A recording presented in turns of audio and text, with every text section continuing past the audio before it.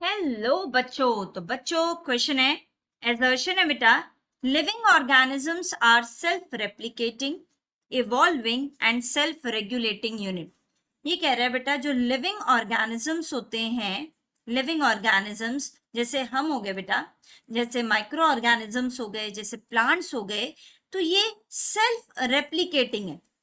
ठीक है, self replicating. इनके अगर हम सेल की बात करें तो सेल क्या हो रहा है बेटा, खुद ही मतलब अगर उसको क्या मिल रहा है, स्टिमुलस मिल रहा है, तो वो क्या करेगा, वो डिवाइड होएगा अपने आप। रेप्लिका जो है वो क्या होते जा रहे हैं, बनते जा रहे हैं। जैसे जैसे नीड होगी वैसे वैसे सेल जो है वो डिवाइड होगा।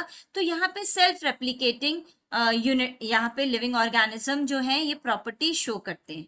देन है इवॉल्विंग ऑर्गेनिज्म, जो है लिविंग ऑर्गेनिज्म के अंदर क्या आता रहता है बेटा, म्यूटेशन होते रहते हैं। जीन्स जो है वो वेरिएशन शो करती है और उन वेरिएशंस की वजह से क्या हो जाता है, एवोल्यूशन आ जाता है। तो यहाँ पे लिविंग ऑर्गेनिज्म जो है वो सेल्फ रेप्लिकेट भी कर सकते हैं, वो इवॉल्व भी हो रहे हैं। अगर हम कहें एक यूनिसेलुलर अमीबा से एक मल्टी सेलुलर, ठीक है, एक multi cellular huge body of elephant, यहाँ ये भी एक प्रॉपर क्या है बच्चों, एवोल्यूशन हो गया। ठीक है ना। तो किस कैसे एक छोटा सा बैक्टीरिया था इस अर्थ पे आया होगा और उस बैक्टीरिया से जो कि प्रोकैरियोटिक सेल है, उस प्रोकैरियोटिक सेल से चेंज हुआ एक यूकैरियोटिक सेल में, यूनिसेलुलर सेल में, और उससे इवॉल्व हुआ मल्टी सेलुलर ऑर्गेनिज्म और एक जायंट हम कह सकते हैं एक ऑर्गेनिज्म जो है इवॉल्व हुए।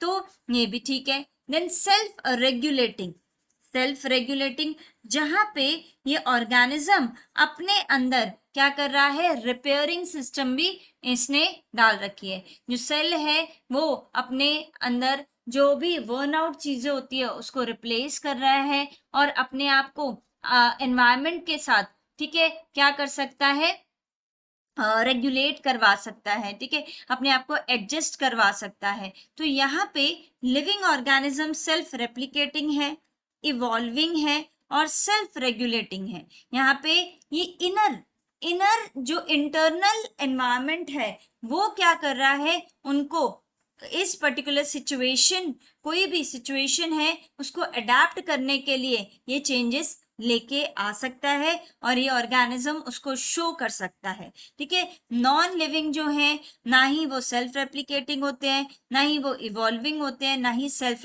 रेगुलेटिंग यूनिट होते हैं। तो एजर्शन हमारा क्या है बेटा, ठीक है। देन रीजन कह रहा है living organisms are capable of responding to external stimuli. तो ये स्टेटमेंट तो ठीक है बेटा, लिविंग ऑर्गेनिज्म जो है वो एक्सटर्नल स्टिमुलाई पे क्या करते हैं, रिस्पॉन्ड करते हैं।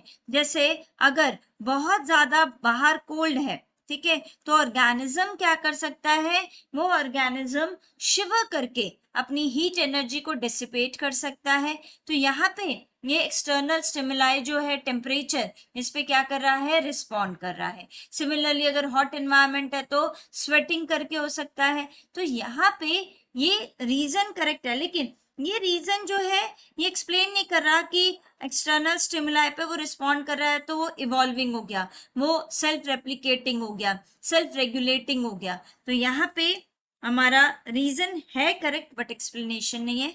तो both assertion and reason are true and the reason is the correct explanation of the assertion.